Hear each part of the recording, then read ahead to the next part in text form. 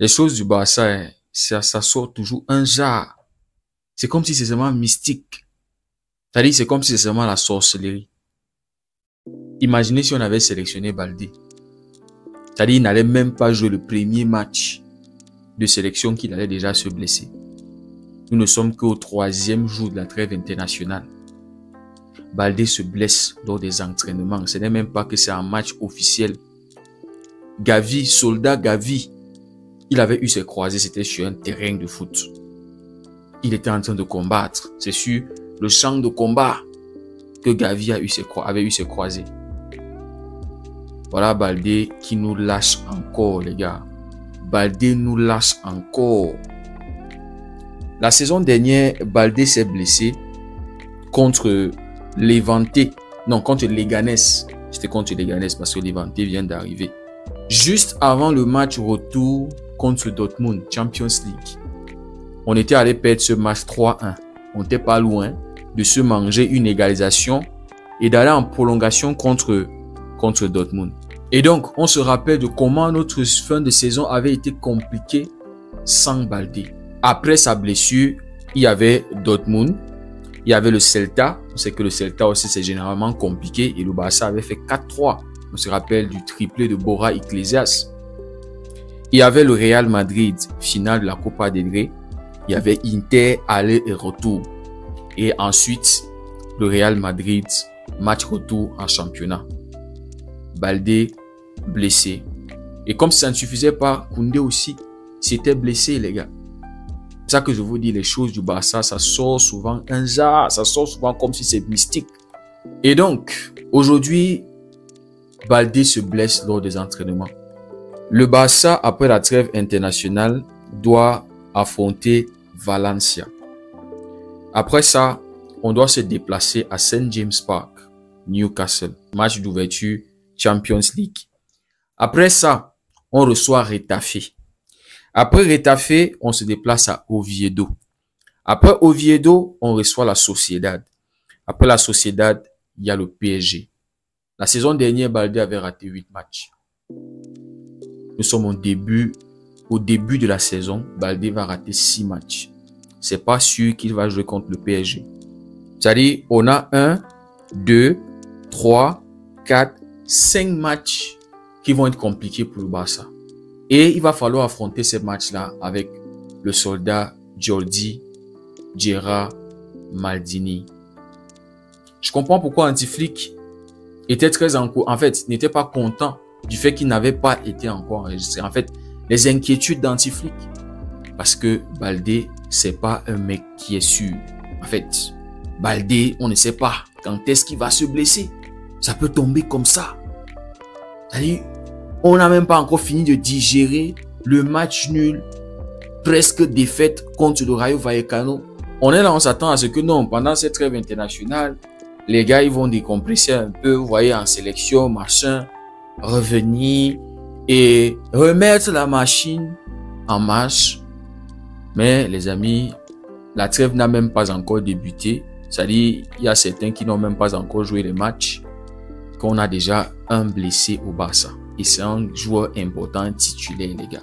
Et dans tout ça, les amis, c'est le deuxième blessé. J'allais même oublier. Gavi. Gavi, qui s'était aussi blessé lors des entraînements, alors qu'il avait été sélectionné, obligé de déclarer forfait. On a déjà 2 blessés, les gars. Et 2 joueurs sur qui on compte. Vous voyez les choses, de vouloir vendre les joueurs. Casado, Fermi, non, il faut pas s'attacher, il faut pas le cœur, machin, comprendre la situation du club. Le foot, ça va vite, vite, vite. Et avec cette nouvelle génération qui manque de régularité, ils ont déjà ce défaut-là, la nouvelle génération. Ils sont incapables d'être constants, c'est-à-dire répéter les performances, être là, enchaîner une saison complète sans que tu entends que blessure. Voilà Baldé qu'on perd aujourd'hui. La semaine dernière, on a perdu Gavi.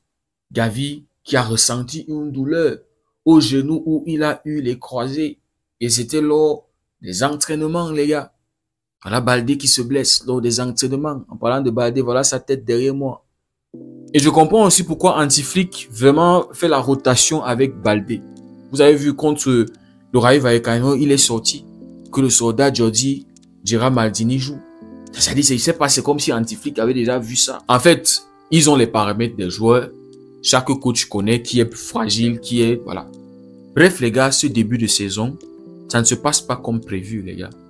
3 matchs qui ont été compliqués pour le Barça, 3 déplacements. L'ami Yama disait hier, ouais, on a fait 3 déplacements compliqués, personne n'en parle, on a quand même eu 7 points. C'est vrai. Mais là, venir ajouter la blessure. Donc, les gars, on ira en guerre à St. James Park avec le soldat Jordi Gerard Maldini, les gars. C'est avec lui comme la saison dernière. On est allé à Dortmund avec Jordi Gerard Maldini. On est allé à l'Inter avec Jordi Gerard Maldini.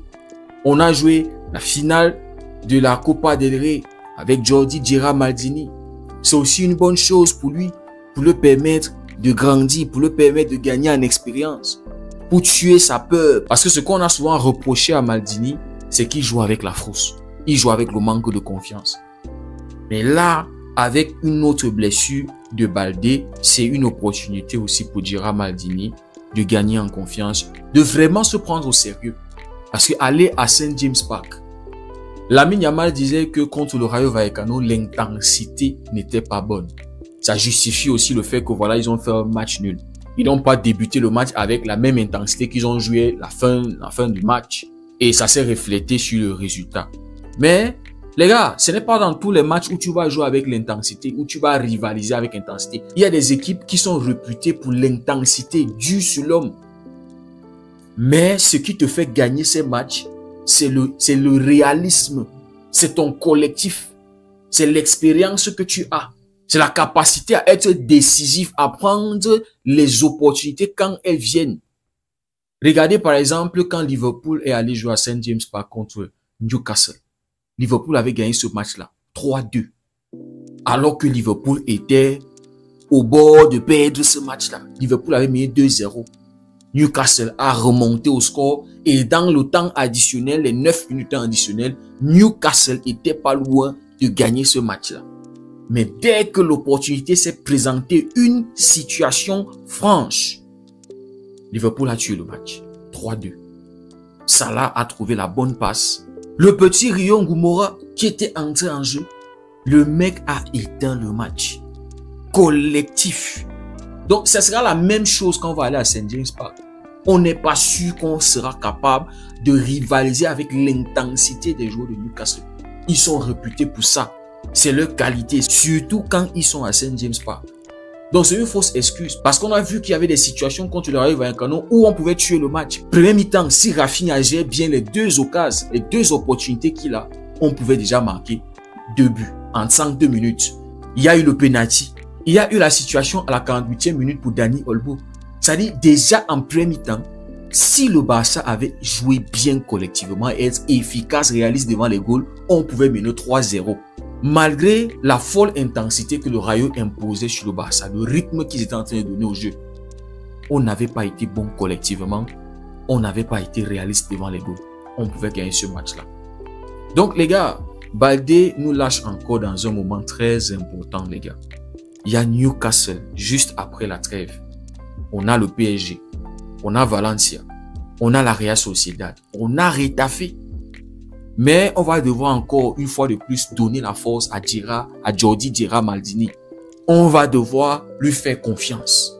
C'est notre soldat sûr. Comme je vous ai dit toujours, moi j'attends que ceux qui sont dans la rotation, les doublures là, qui puissent apporter de la concurrence, qui puissent élever leur niveau. Donc les gars, voilà la situation. Nous sommes à la 3e journée de la trêve internationale. On ne peut que prier et souhaiter que tous ceux qui sont allés en trêve reviennent. Parce que ça va être très très intense après la trêve internationale. Donc on ne peut que prier pour ceux qui sont en trêve, pour qu'ils reviennent en un morceau. Gavi, on nous a dit, il sera de retour, il sera disponible pour le match de Valencia. On verra bien comment ça va se passer. Mais voilà, à ce qu'on voit, Gavi ne faut plus le rush. Il doit être dans une rotation. Dites-moi ce que vous en pensez en commentaire. Si le contenu vous a plu, n'hésitez pas à liker. Pour ceux qui découvrent cette communauté, n'hésitez surtout pas à nous rejoindre, c'est gratuit. Merci beaucoup d'avoir suivi la vidéo. On se dit à très bientôt. Prenez tout soin de vous. Que Dieu vous garde.